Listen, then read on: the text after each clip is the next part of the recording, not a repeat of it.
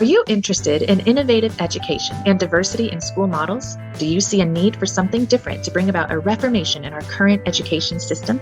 If so, then you've come to the right place. Join us as we discuss what's trending with unconventional learning models, including microschools, homeschool co-ops, creative learning centers, hybrid school models, and so much more. I am your host, Delina Wallace, president and founder of Wichita Innovative Schools and Educators, also known as WISE. This podcast, Wise and Otherwise, explores what our local hub of education entrepreneurs are doing in Wichita. We will also explore and offer brief introductions to the many local and national organizations that support innovation in education. Welcome to Wise and Otherwise. Okay, I have Lydia Hampton. Good morning, Lydia. Thanks for joining us today. Thank you for having me. Happy to be here. Yeah, Lydia is with the Learning Lab, the Wichita Learning Lab, a brand new venture in the Wichita area.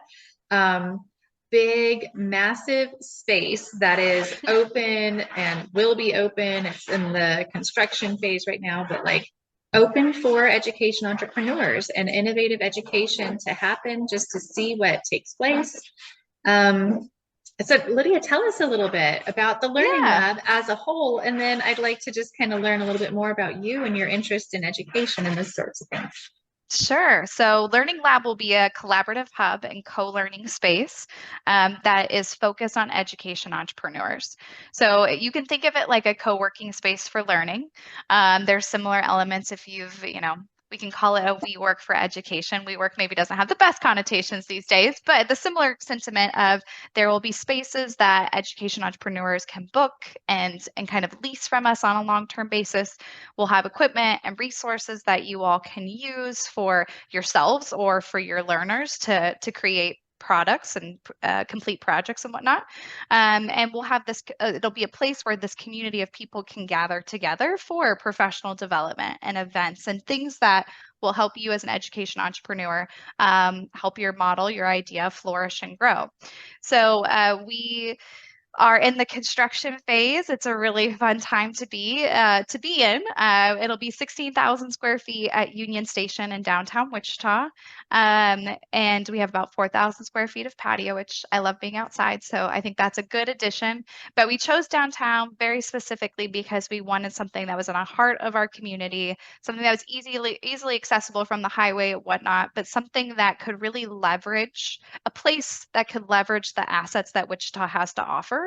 So there are plenty of wonderful resources in our community, and being downtown keeps those things like an easy reach of the people who come into the lab, or we can help coordinate efforts across the community. So we're really excited. That's probably like overly short and sweet, Delina. So what else would you want to know about that? I mean, it sounds so great. When we first learned about it, I was like, wow, I kind of envisioned something like this someday. Those of you who are from the Wichita area will maybe be familiar with, like, say, Town West Mall or something. Yeah. These big, massive, like, shopping centers that are now kind of slowly declining, and they're vacant and they're somewhat empty around here. And when I see large spaces like that, actually, when I see any space anywhere, I pretty much picture a learning environment. I'm like, ooh, what type of school can be there? Who can open up a tutoring center in that place, Exactly. Yeah. So I've always just kind of thought about, like, wouldn't it be so cool if there was like some place where different school founders or different teachers and educators could kind of offer their services at this location, and families could come, whether they're homeschool families or they're just unconventional, learners who maybe aren't in the traditional classroom. They have a little bit more freedom and flexibility. They could come in and out of this space and pick and choose, kind of piece their education experience together. So when I heard about this happening, I'm like, ooh, this sounds promising. This is really exciting. Yeah. It's been really, really fun. Yeah. My son thinks that I work with trains now because it is a train station. He's 4. He's like, oh yeah, mom works on the trains. But I will, like, the kids that come to so we're in a temporary space inside Union Station right now, and we're really using it as an experimentation hub. So right now you will see from the Learning Lab that we offer programming. We're having Reality U in a couple weeks. those types of applied learning, hands-on, experiential learning offerings is the kind of work that we will coordinate so that edupreneurs, like you're saying, can bring their kids and plug in, and you all don't have to do all the time intensive work of coordinating and all of that. That's something that we would like to Yeah. carry the burden of for you all. So it's learner programming, it's educator programming, and it's for, like you said, educators of really any setting. So we definitely see that the easiest path for a lot of people are going to be those who are doing unconventional models, like you say, right? Greater flexibility in Mhm. their schedules. We are really excited still to support like public and private kind of traditional models because we want to encourage them to think about doing things differently. And so the Sure. idea of Yeah. getting you all in the same space where they can see how you're doing things differently could inspire them the same way that they could Mhm. inspire you with different things. So it's a community effort, it's a community space. We want it to be used to help every learner thrive, regardless of the education setting that they are sitting in. Um, Mhm. and so that's part of our goal, right? More, better, different options so that each learner can thrive and live a life of meaning and purpose. Yeah, well, I love the idea of just the crossover and just engagement with students coming from different backgrounds and different environments and kind of working together. We had Yeah. that marble run Yeah. activity. I remember you guys hosted that with the Empowered team, and that was Hmm. awesome. And that type of collaborative work is so encouraging to see at that young age, with the students. That's something I personally just love to facilitate when it comes to like the educators, Yeah. ourselves, like the school founders and things. The idea of collaboration, working together, and being able to acknowledge like the diversity in our group and the differences, but also able to really work together and put our minds together and encourage each other in things. That's right. So when I see Yeah. those opportunities being promoted and available through the Learning Lab, it makes me really excited to have our Yeah. kids have that opportunity. So I really Well, that's love that awesome. and look forward to more programs like that. I'm just excited. Yeah. It's Tell exciting. me a little bit your background and your interest in education. Do you come from a background? Have you ever Ooh. worked with kids at Yeah. this level or at what level? Yeah. So to take it way back, I was very much the like education would look at me and say, "Hey, that is an example of what we can create. She's an exceptional student." Like, right? I was valedictorian. I got a full ride to college for academics, right? I'm everything that the system would say. She's a successful product of what we do. But what I really learned after going to college was nobody really took the time to step back and say, but what drives Lydia's fulfillment? Like, does she actually enjoy this work? Like, what does she want to do with her time instead of it being, well, we think that Lydia should be an investment banker. So that's what I went to school to be. I went to school, I have a degree in finance and a minor in economics to go work in investment banking. And I started working in it and I hated it. No offense to anybody who chooses that path. Everybody's gotta take a role in a way that drives meaning for them, but it was not it for me. And I had always planned on being a teacher. One of my older sisters is an elementary school principal, but I just loved watching her be a teacher, and she kind of would come home and like almost like teach us as her younger siblings. Um, and I loved school. I loved learning. And so I was like, you know what, someday I will be a teacher, but not the first wave of my career. Mhm. But as I was sitting as an investment banker, I was like, I don't want to do this anymore. And so my husband's dad's a principal as well. And he called me one day and was like, hey, I have a business teacher opening. If you want to drive an hour each way every day, I'll hire you. You can come be a business teacher. And I was like, I'm not doing that. That's ridiculous. But it just planted that seed in my mind of like, this feels like an opportunity. This feels like somebody's knocking and saying, Lydia, like it's time to go do the thing that you really feel like you're called to do. So I looked online and there happened to be a business teacher opening in Kansas City, Kansas. I couldn't apply online because I wasn't a teacher. And so I had to email the principal directly. And long story short, I was hired to teach business classes at FL Schlegel High School in Kansas City, Kansas. And I taught there for 5 years. I taught all of the business classes, it seems like at some point. But I loved it. And when I was there, I was part of doing a pilot project-based learning program, which involved 125 kids with 5 teachers in the basement of our school building and doing fully immersive PBL. They didn't have a bell schedule. They did everything was completely opposite. And it was exhausting. It was a catastrophe in lots of ways, but a win in a lot. And I learned a lot about myself and I learned a lot about what I want education to be and feel like for kids. Mhm. And what I was seeing was that, I didn't like what I was seeing. Um, and I also, being the person that I am, being a teacher was just really not the way I wanted to be a teacher. It wasn't really sustainable for me. I was very, very tired. I was coaching, I was teaching, I was doing all the very like engaging, involved things in my classroom for the sake of my kids. And I was just really tired. And I was like, this is not a sustainable lifestyle for me. So when I was teaching, I was also teaching the Youth Entrepreneurs Program, which is now Empowered. And Yeah. so I had gotten a second degree in accounting because I was like, I'm going to go be an accountant. I'm going to leave again, not thinking about like what drives Lydia's fulfillment. I'm just going to do the things that people have always told me I should do.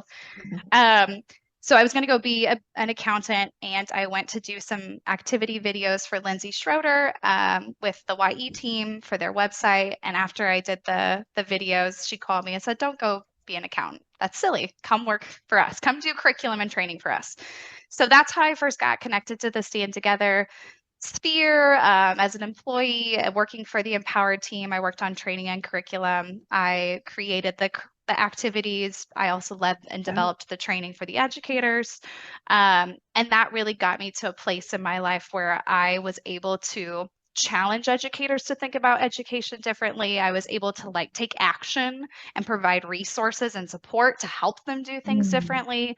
that's good. So when Shin Choi, my boss now, brought the idea of Learning Lab to the table for me to lead the effort here. It was kind of a no-brainer. It's like a dream. It's a dreamland for Lydia to take my business experience, my education background, the work I've done Yeah. with Empowered, and say, let's create a place that inspires education transformation. And so that's what I get to think about and talk about and uh, pursue and research all day long. So it's been really That fun. That's a is, really long answer to your question, but oh, that is my it's so story. exciting. It's so exciting. I'm happy for you to get to have this Thank you. opportunity. I mean, Yeah.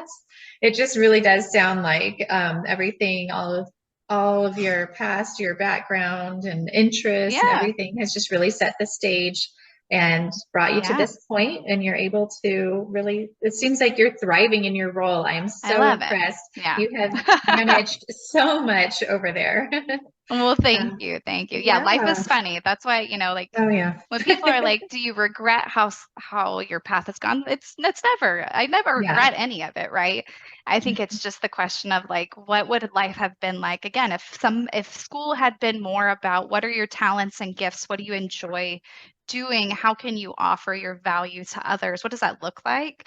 Instead of get the A's, pass the tests, that one size fits all standardized approach. I think there's a lot of Mhm. kids, and again, from my seat as a teacher in KCK especially, saw a lot of kids who felt like school was not for them and that they had no value to offer, which is so not true. But the way that school looked like for them made them feel that way because they couldn't fit within that box. And so Right.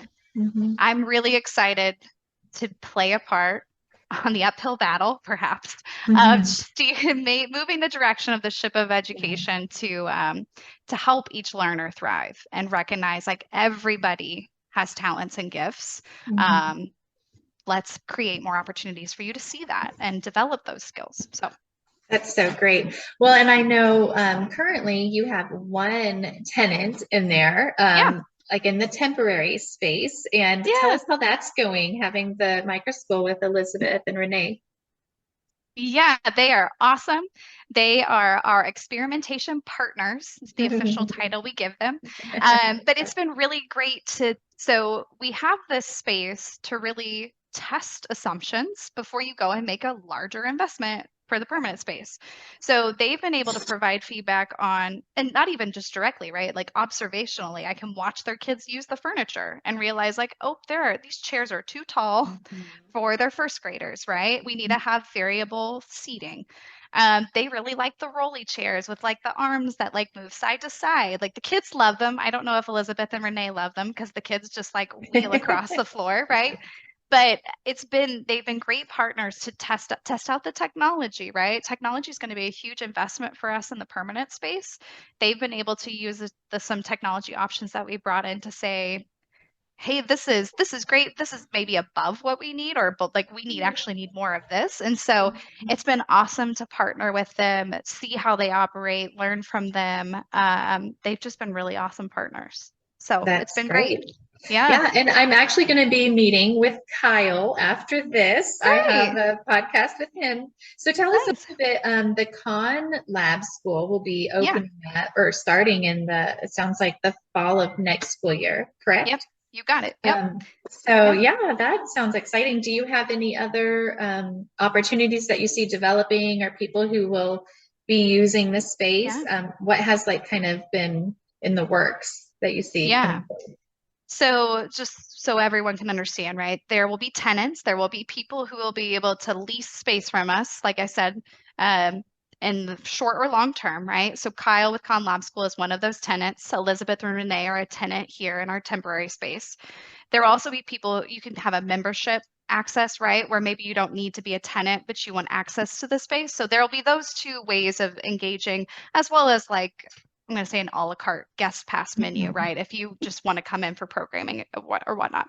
So for the tenant options, we have lots of people who have reached out to say, "Hey, I'm interested in learning more." It's kind of like it's a different concept. So it's interesting to see who comes in with ideas of like, this is how I would use the space. Um, a lot are still in brainstorming phase. So we have probably 3 to 4 groups right now that are interested in possibly being an additional tenant to the space. We're not trying to lease out every space in the lab because we want to have openings where members can come in and book space. If you lease out all the space, then people don't have a reason to do that. And so there will be a balance of tenants and members. So we probably have 3 to 4 in the pipeline, so to speak, that we're talking with, brainstorming, figuring out what that could look like for them. So it's exciting. They're all Yeah, very different. that's great. That sounds Yeah. really fun. Hmm. And then just final question here. As far as some of the partners and opportunities that, with other organizations in the community that you are connected with, tell us what some of those are and what that might look like, Yeah. how they can be involved with the Learning Lab. Yeah, sure. So the partnerships are a wide array. Like for example, our partnership with Bela Education Fund supports bringing entrepreneurs like yourself and your WISE group members to be having awareness of the effort. So there's those that partners that kind of support bringing people to the lab.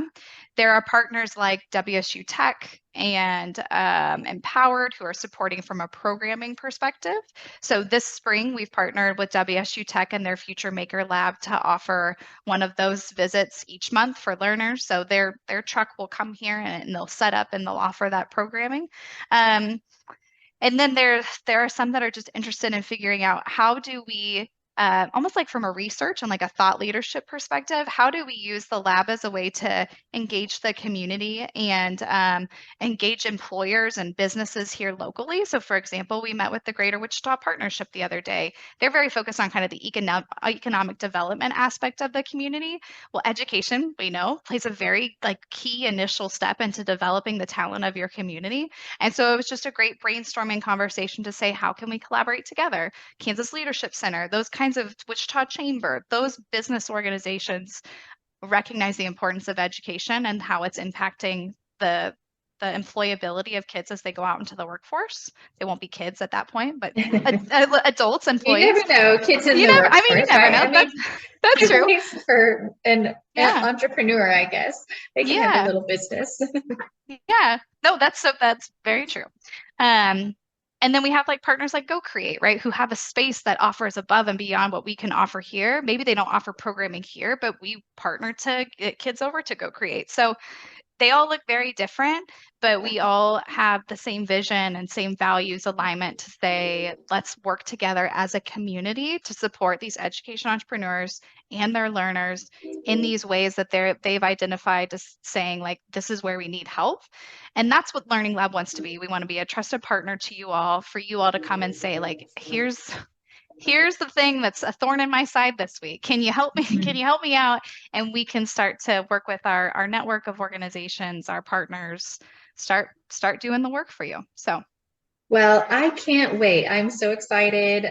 Just watching this develop over time has been really exciting and very interesting. So I am just, yeah, thank you for joining us and telling of us more. course. And we Yeah, will definitely stay in touch. We might check in here in a year or so and just that's see right. after things are operating and see how it's going. But I would love that. We could even host it from the lab in our podcasting oh, studio. that's So right. yeah, There we'll will have be a one. podcasting studio. I know. Great. No, well, Okay, thank you so much for having me, Delina. This has been really fun. Any absolutely. questions, people can reach out, golearninglab.org, fill out a contact form. We'll follow up. Great. Okay, thank you, Lydia. Thank you, Delina.